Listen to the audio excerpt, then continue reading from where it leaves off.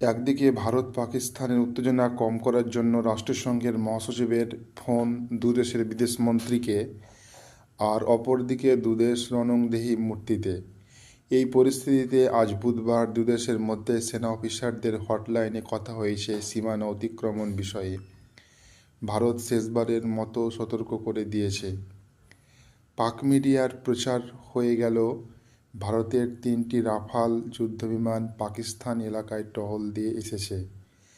তারা মনে করেছে যুদ্ধ শুরু হয়ে গেল। পাকিস্তানের এয়ারফোর্স জানিয়েছে 3টি রাফালে বিমান পাক অধিকৃত কাশ্মীরের ওপর চক্কর দিয়ে গিয়েছে। পাকিস্তানের জেট বিমান সক্রিয় হয়ে ওঠার আগেই ফিরে গিয়েছে রাফালে।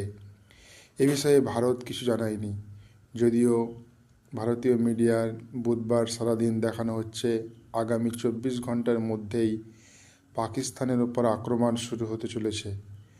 গতকাল মঙ্গলবার প্রধানমন্ত্রী উচ্চ পর্যায়ের বৈঠকের পর ভারতীয় সেনার ওপর দায়িত্ব ছেড়ে দিয়েছেন।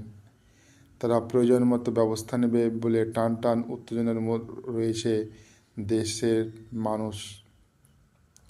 পাকিস্তান যদিও বলেছে ভারত লাইন অফ কন্ট্রোল লঙ্ঘন করে গোলাগুলি ছুটছে, তবে পাকিস্তানের ক্ষয়ক্ষতির কোনো বিবরণ দেয়নি তারা।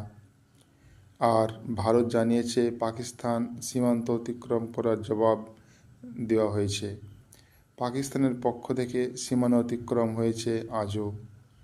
নওশেরা, সুন্দরবানি, আখনুর, বারামুলা ও কুপওয়াড়াতেও সিজফায়ার লঙ্ঘন করেছে পাক সেনারা, আর তার জবাব দিয়েছে ভারত।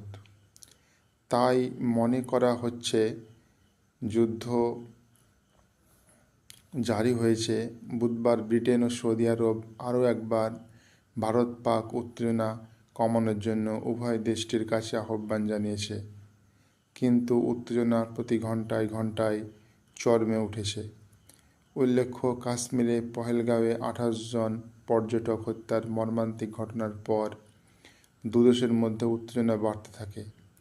বুধবারও উপমহাদেশে উত্তেজনা কমাতে ভারত পাকিস্তান উভয়ের কাছে আর্জি জানিয়েছে রাষ্ট্রসংঘ। রাষ্ট্রসংঘের পক্ষ থেকে মধ্যস্থতার প্রস্তাবও দেওয়া হয়েছে।